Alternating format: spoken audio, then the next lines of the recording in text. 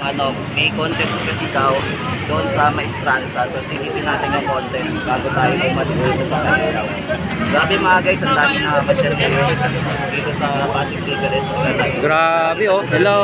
Pasig Liga Restaurant. Yan ah. Na makasyal tayo. Grabe, ang dami na. Pinudubog na. Mama mo din na. Yan, so, Ang daming tao mga bayan. Ang dami.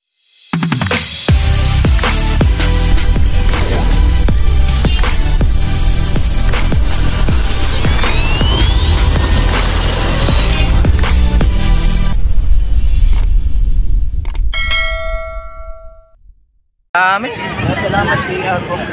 Yan ha. Imagine nyo mula doon sa tinatatayuan namin ni GR hanggang dito, hanggang sa dulo. Makita nyo ganito kakapal ang tao. Yan yung pero hindi makapal ang mukha, makapal ang tao. Ganon kadami no. Dito sa taas pa lang yan. So, nag-live update ko muna tayo dito bago umuwi ng mga bahay. Sa mga pumasok guys, so nandito po muna tayo sa taas po na viewing deck or deck. So dito muna tayo nagsimula. Yan, lakad-lakad muna tayo mga tropa. Pero sabi naman ni Sir Makani, yan. Hahaha, nato. Shout out. Ayan. Oy, baka mahulog ka dyan ha. Saan pa po ba kayo galing mga idol? Pasig na ba yan? Sa Pasig. Ayan. Ano po inyong masasabi dito sa May Ilog Pasig Esplanade na pinapagawa ng ating gobyerno? First time. Ayan. First time. Oh, tapos dyan mamaya idol yung Jones Bridge na yan. Ang ganda niyan mamaya yung spotlight lalo. Dami na yun. Yan. Ano mo ka kuya? Rex TV Adventure.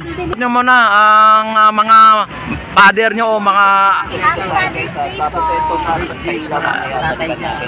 ayan yan, sige, si idol, enjoy lang ang pamamasyal at sa pagdidate ha. Yan. Sige po ma'am and sir, thank you very much. Ayan mga bayan, dito ay talagang dito sinilibrate ng iba mga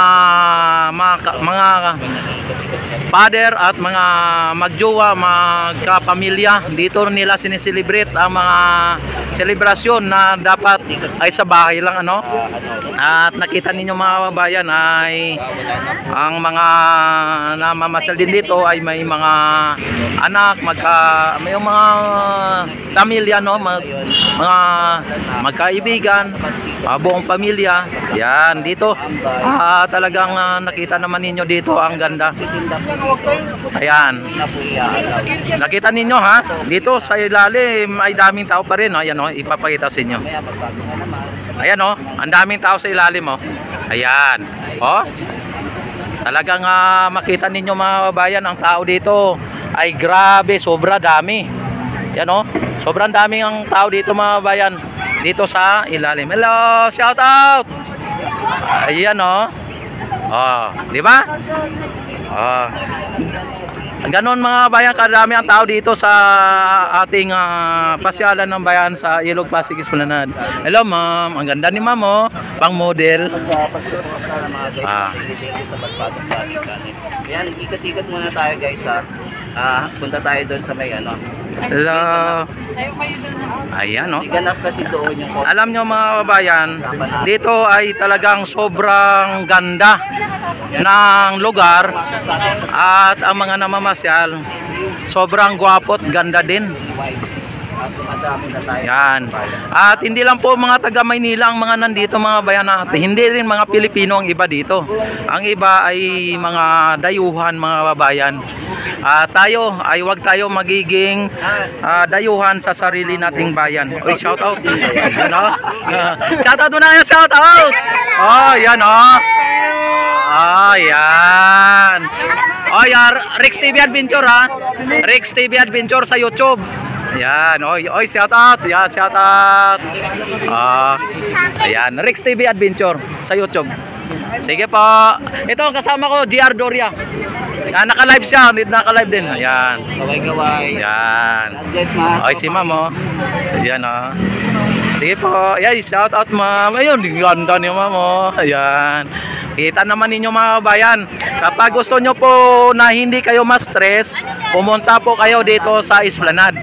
Pero pag gusto nyo po ma-stress, pumunta kayo sa rally. Grabe. Sa mga rally kayo pumunta kung gusto nyo ma-stress. Ito Pero dito sa Esplanade ay anti-stress dito. Mawawala yung stress ninyo. ang daming tao, grabe. Ayan oh. Hello mga ma'am. Mga Oy, nahiya yan, hindi yan nagpaalam sa mama. Joke lang. Paalam kay mami. Ayan oh. Yari pag hindi nagpaalam kay mami. Yan lahat-lahat po tayo guys. Idol, Sarap kasi Idol Jara, tingnan mo. Coming soon ang Arroceros. Ito palang itsura ng Arroceros, Idol. Ayan na. Oh. So ito daw coming soon daw mga Oh. guys. Ayun oh, nakalagay naman no. Yan. Esplanade Extension to Arroceros. Ayan po ang itsura. Yan ang itsura. O di ba ang ganda? Ayan, ganda ng ating Ceros. Next ano yan?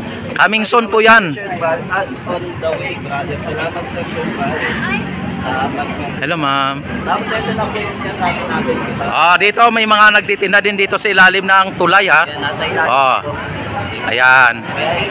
Talagang ang mga negosyante, mga kababayan, yan ang sinasabi na mga nabubuhay po ang ating mga maliliit na mga negosyante. Yan po ang epekto ng mga project o mga proyekto o mga magagandang pasyalan.